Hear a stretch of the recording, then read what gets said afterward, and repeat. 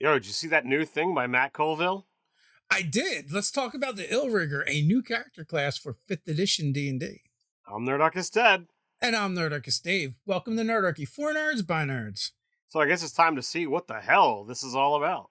All right, so we got the Illrigger, a knight or paladin of hell, essentially. You know, it's 23 pages. You got 3 pages of narrative. You got some cool artwork. You, of course, have got the OGL. So, a lot of fun things in here.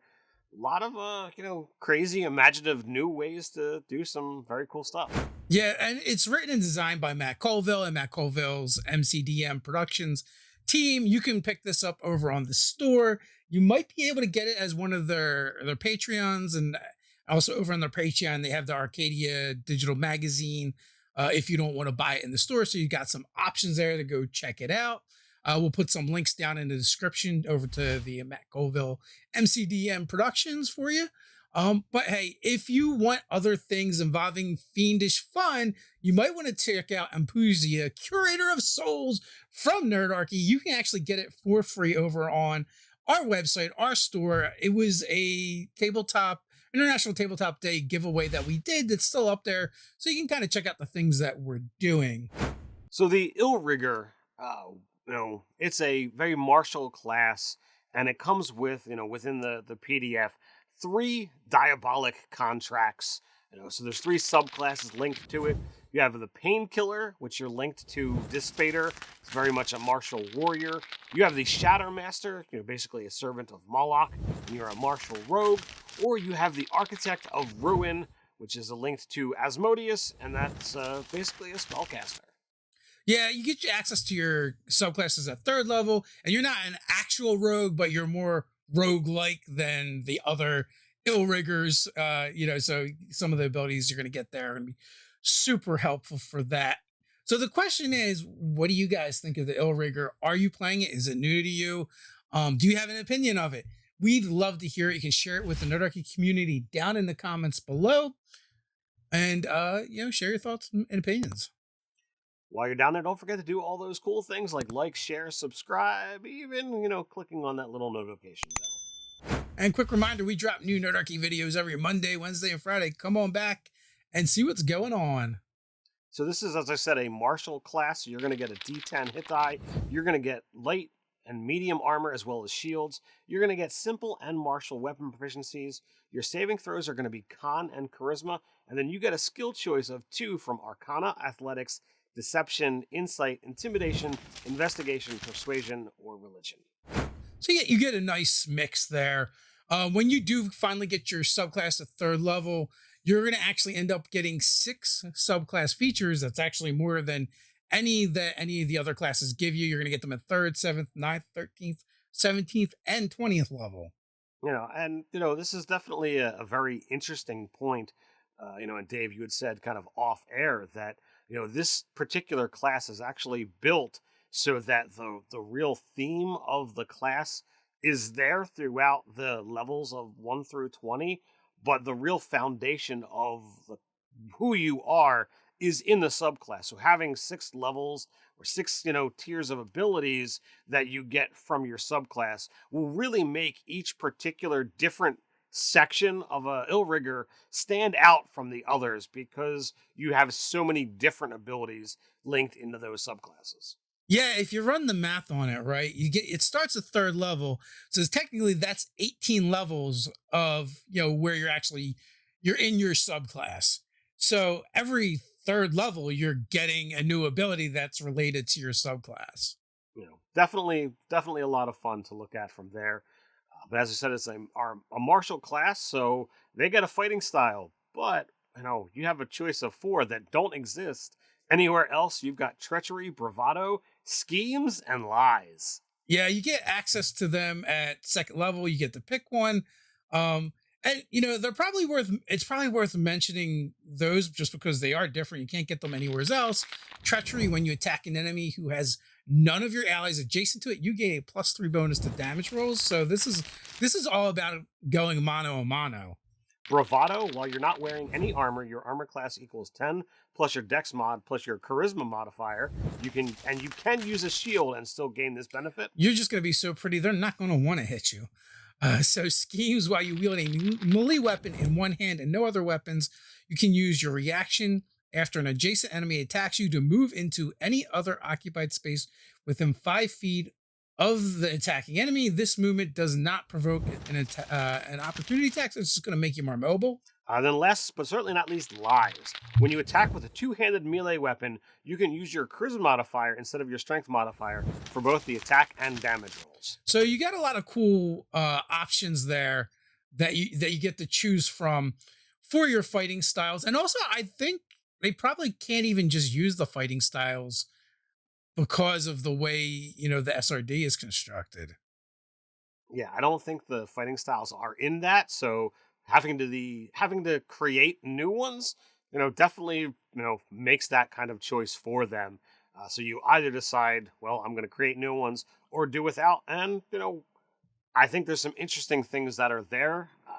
I'm not fond of all of the ways that you can use melee weapons attacking with all of these other stats. But since there's already precedent for it, whatever, go for it.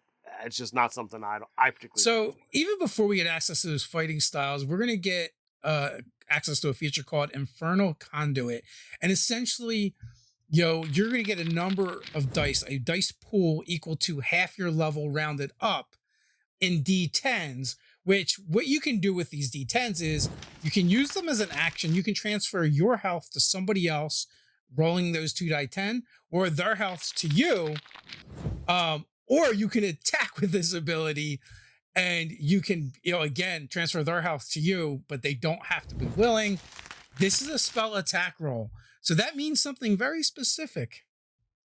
So if I can attack you with it, that means I can crit, which means once you get to 19th level, because there is no limitation on expending this pool of dice, you use as many or as little as you want.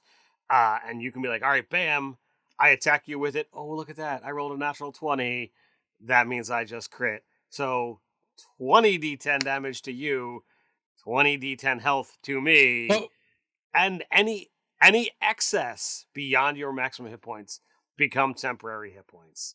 And if that's not enough, if you make an attack roll with this ability and miss, you do not expend any dice.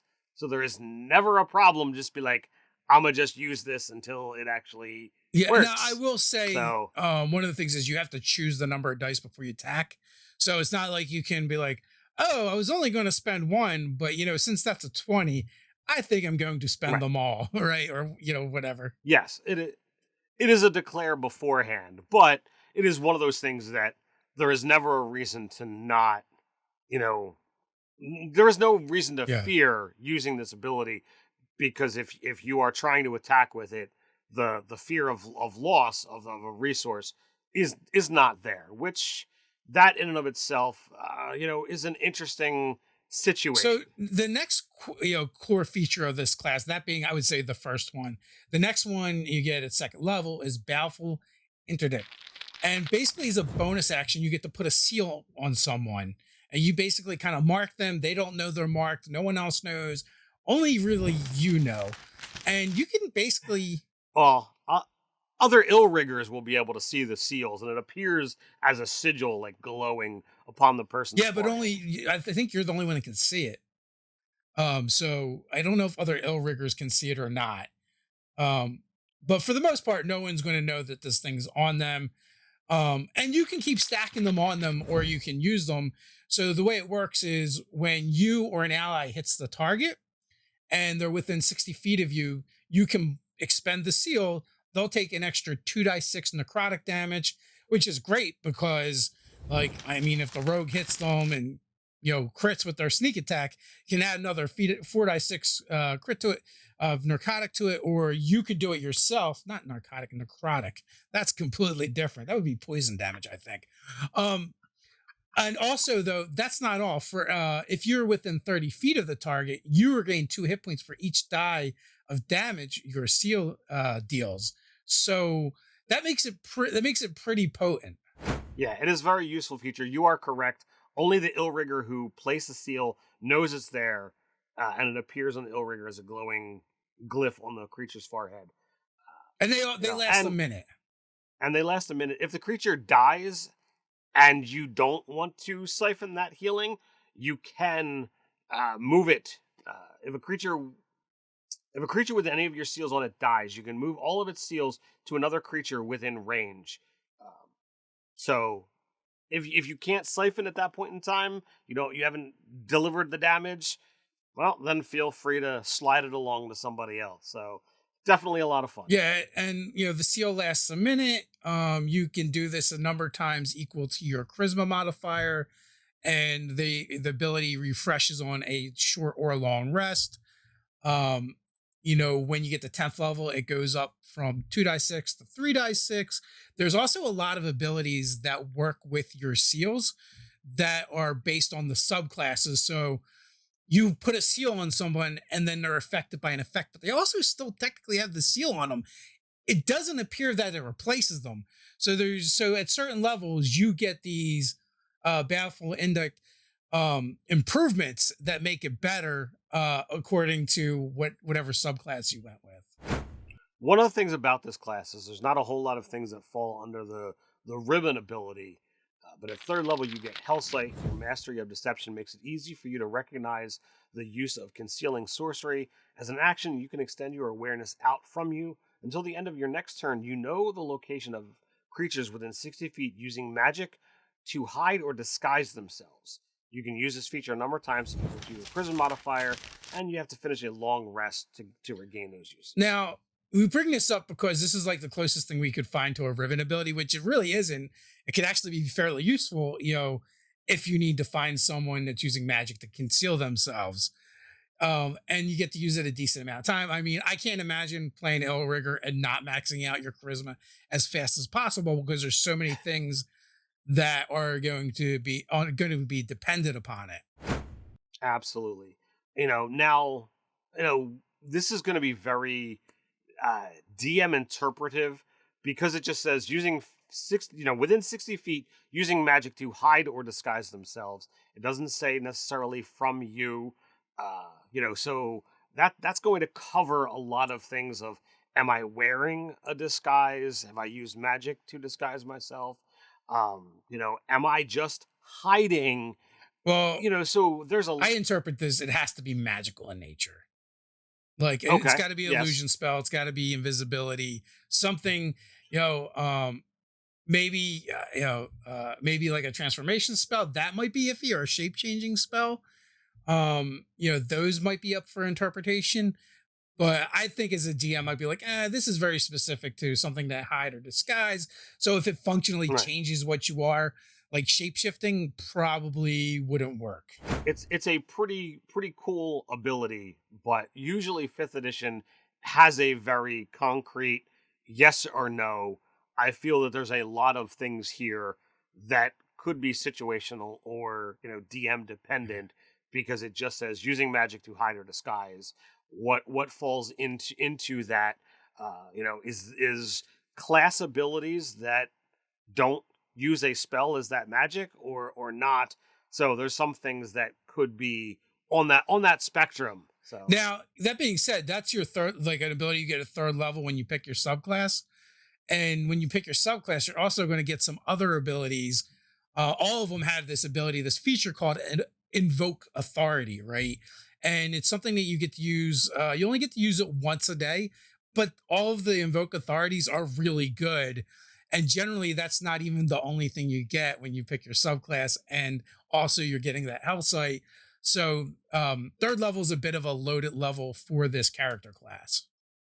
So the Invoke Authority is basically like a channel divinity for your clerics and paladins. And some of the aspects that you get really do, look that way. And again, I'm going to call out, the way that this is formatted kind of falls away from the typical 5th edition naming convention, because under the 3rd level, you get Invoke Authority without any actual uses of it that are all listed within your particular subclass. So if you miss the aspect of what the class feature looks like, without, or if you jump past it and just read your subclass, it looks like you have got phenomenal powers with no limitations.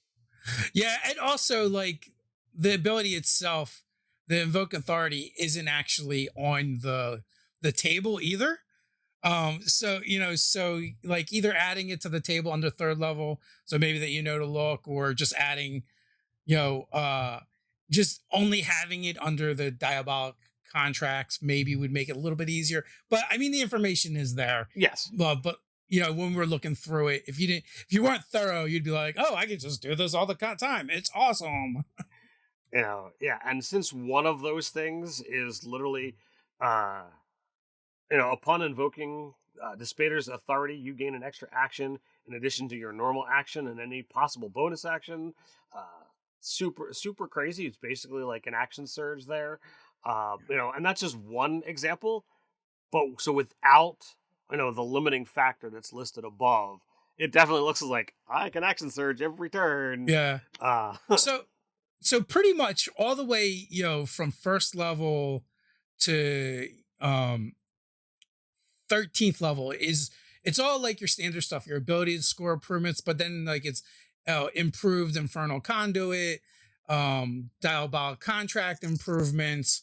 So it's all building on the abilities that you already had, those abilities that we kind of mentioned. They just keep kind of getting better and better up until 14th level, which, I mean, we should probably mention this ability, Aura of Despair. Essentially in a 15-foot radius around you, any creature you choose has to roll a d4 when they attack or make saving throws and subtract that number. So it's just like no saving throw for them to have this bane effect on them. That's pretty strong. I for a 14th level ability without a saving throw associated with it, it's a first level spell, but to them auto fail it automatically, I feel that's crazy powerful. Just as many people as you can get around you in that 15-foot aura. I mean, would you feel it's overpowered if a paladin permanently had blessed, within that same radius? I would say, yeah, like, boom, all of your allies are always that much better around you. So I definitely, I feel just adding a saving throw, yeah, it would slow things down, or like, you have to activate it and they make a saving throw. If they pass, they're immune to its effect.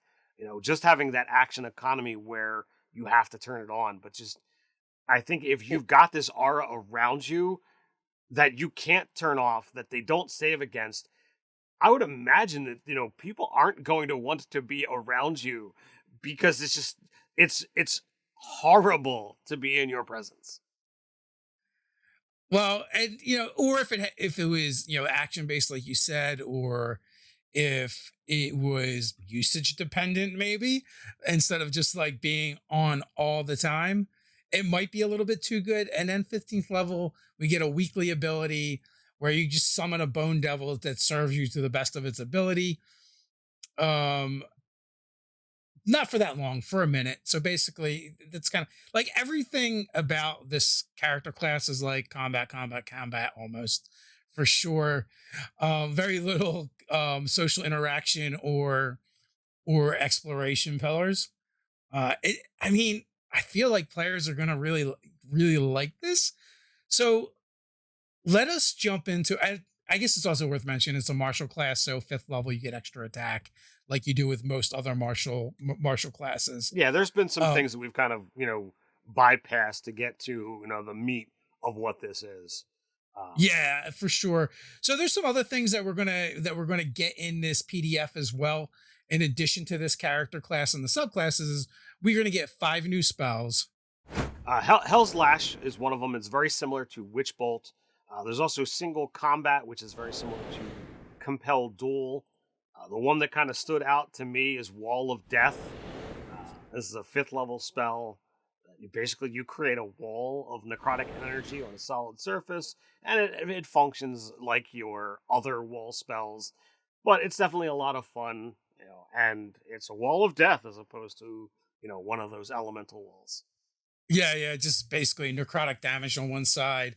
You have an Aura of Desecration, which is a 5th level spell, which basically, I think it's like a 30-foot radius that you just do damage and heal for the like amount, just siphoning off life force. Mode of Hell is a 3rd level spell that's actually really cool because you create this like 15-foot globe of darkness that like burns things inside, and also like when you're inside of it you can hear the cries of the damned. So if you stay in there you take psychic damage, but I think if you're in there and you're a devil it heals you.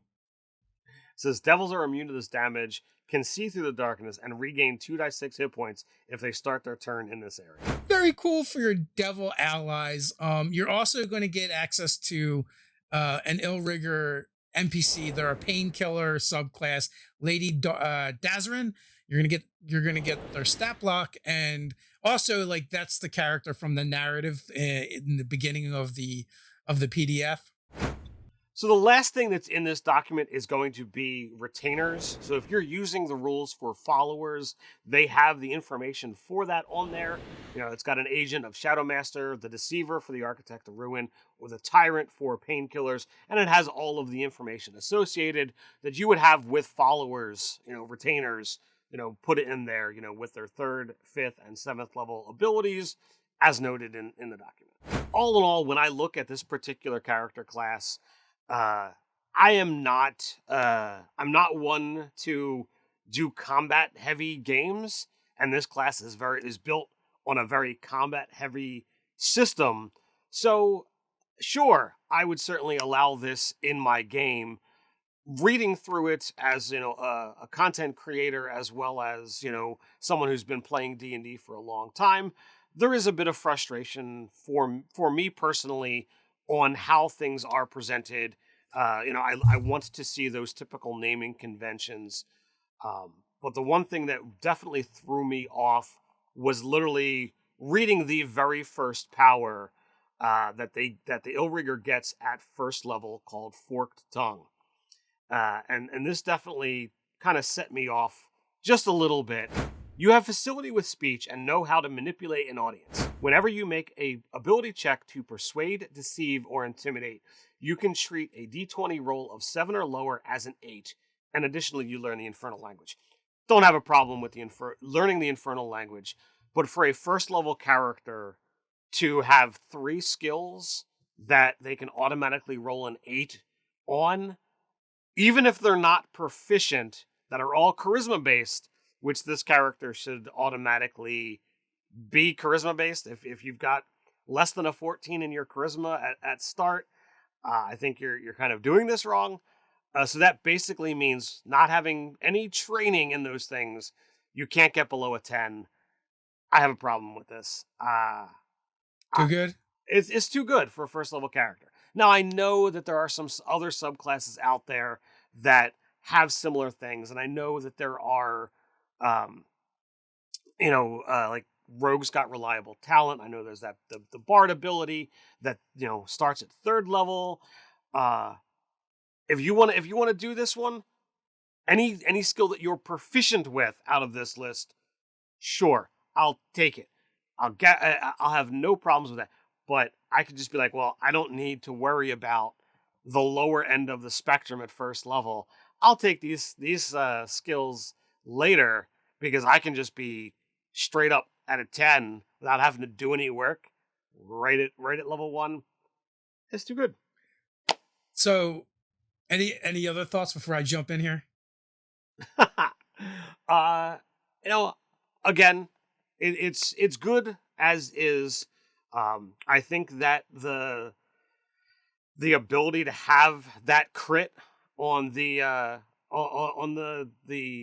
Infernal Conduit definitely has some swing capabilities within a fight. But since I don't care as much about the combat, not a big deal.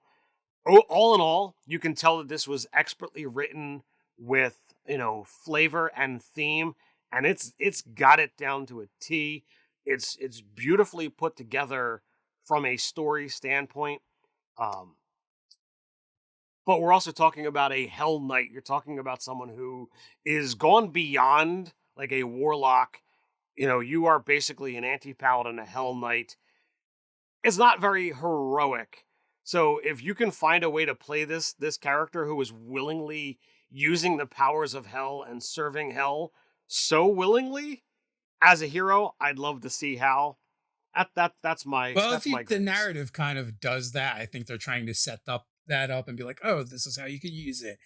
Um, Right. yeah, I mean, it definitely has the vibes of this is a more or less evil character, or you're at least serving the powers of evil. I mean, each of the different subclasses have tenets that you swear to, as does the overall character class itself, and none of them is to rescue puppies and kittens.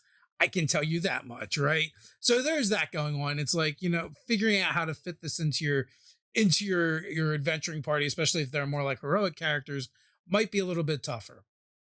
And it, you know, like the thing that you pointed out about Devil's Tongue, it's like by itself, I'm like, oh, this is kind of good, but it's not really any better than the Eloquence Bard's ability that they get at third level, but you're getting this at first level.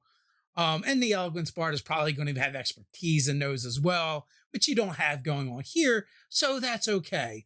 Um, but the thing is, there's a bunch of abilities like that where I go, oh, if I compare this to this really good feature of this subclass, it's okay. It's not that powerful. The issue that you might find if you have this in your game is that there is a lot of them that just stack on top of each other. That this, if your game um, has a lot of short rests in it, or doesn't have a lot of combats in it, what you may find is that these characters are super strong and powerful. Now, if you're having, a longer adventuring day and you're having a lot of encounters, and this character is having to manage their resources without short rests, then it probably wouldn't be as bad. Like I know one of the abilities I believe that the Dissipator subclass gets is the Painkiller is you die on my command starting at 13th level. When an ally within 30 feet of you can hear you drops to 0 hit points but is not outright killed, you can use your reaction to shout an order at them, causing them to drop to 1 hit point instead. Cannot use this feature again until you complete a short or long rest. Well, there's a bunch of abilities that are kind of like that. It usually only happens to you. And, it's usually a long rest ability, not a long or short rest ability. So, but then I go, well, it's kind of cool. Use reaction, it's flavorful when you tell someone else they can't die yet. So they're up at 1 hit point. This is kind of cool, right? And then I go, well, the way of the long fist monk can keep spending key points to stay up. But so I go, I guess it's not too powerful, right? It's only every short rest or whatever, which could technically be you could use it at least once every combat. It's just when you start stacking these things together that it starts to feel like this is super strong because it has quite a few abilities that are kind of like that, and it has the two core abilities that just keep getting better and better, and you kind of always have access to. Would I let it out in my game? Probably. But there are definitely some things you should probably look out for if you are, a DM. All right, so you said that you would allow it in your game. Probably, I would allow it. I don't feel that there's anything in here that, as a whole, breaks the game because someone who's coming to my table with this as a character, there's going to be role playing ramifications to be doing these kinds of things. If we get to those high levels and you're walking around with this aura of despair, like there's gonna be serious situations around you where people just are not gonna stand close to you. There's things that are gonna happen where this negativity is causing problems in your area, because I have to look at it as this is something you don't turn on or turn off. It's just there. People are miserable in your presence. So, yeah. You do have a magical aura of evil around you. I guess the other couple of things would be the fact that, I think it could use some rivet abilities and maybe pull back on some of the other stuff. My biggest concern is a 2 to 3 level dip. You get a lot of good stuff for 3 levels of this class, that a lot of a bunch of their core abilities, while they may not improve, they don't get they certainly don't get worse, but like your ability to put seals on people, it continues to go up, right? Like as long as your charisma keeps getting pumped up, every short rest you're going to be able to do that. You may not get to the 3-6 or the other cool improvements, but still that you still would have that extra thing you can do as a bonus action, and you just have an ability to, bamf people for extra damage. Now, I will say, like, the way they created this with it being so subclass dependent for your features, that might be a better design. Like it actually might be a better design than what Wizards of the Coast did. Most of the other classes have 3 to 5, with nearly all of them being 4, right? But I think like the real difference is there tends to be more ribbon abilities in there. Mm-hmm. And, even some of them, like the cleric has 5, but one of them is their channel divinity options that they get. So it's not really like they get more things that they can do. They just have more options on how to use their channel divinity. So, I mean, like I said, would I allow someone to use it? Yes. I would like to see how it interacts with the rest of the character classes in the game, the party, the RP. If it started like really overshadowing, the other players in play, then maybe we might have to consider pulling back on some things. But there's a huge difference between like looking at something and seeing how it appears in your game and actually having it in your game and seeing how it performs. Absolutely. And you mentioned level dipping, and there absolutely is the rules for, how to play this as a multi-class character, what ability scores you would need, what you would get for choosing it as a multi-class character. So I was very happy to see that, not all character class options do we see that. So I was very happy to see that in there. Yeah. And I mean, we didn't go into the subclasses specifically. Just know, like, everything gets better from here. They're very thematic. They're very flavorful. Your GM, I feel like a lot of players are going to really like this. Maybe GMs don't like it as much, right? Depending with what they're okay with in their game. But let us know in the comments. And if you enjoyed this video where we review a thing, check out another video up here where we review another thing, Draconic Options Unearthed Arcana Review. And if you'd like to help support Nerdarchy by making videos like this one, why not head over to Patreon and become a patron there? And as a thank you, you'll receive monthly 5e content for players and DMs alike, a chance to game with us, and more. So until next time, stay nerdy.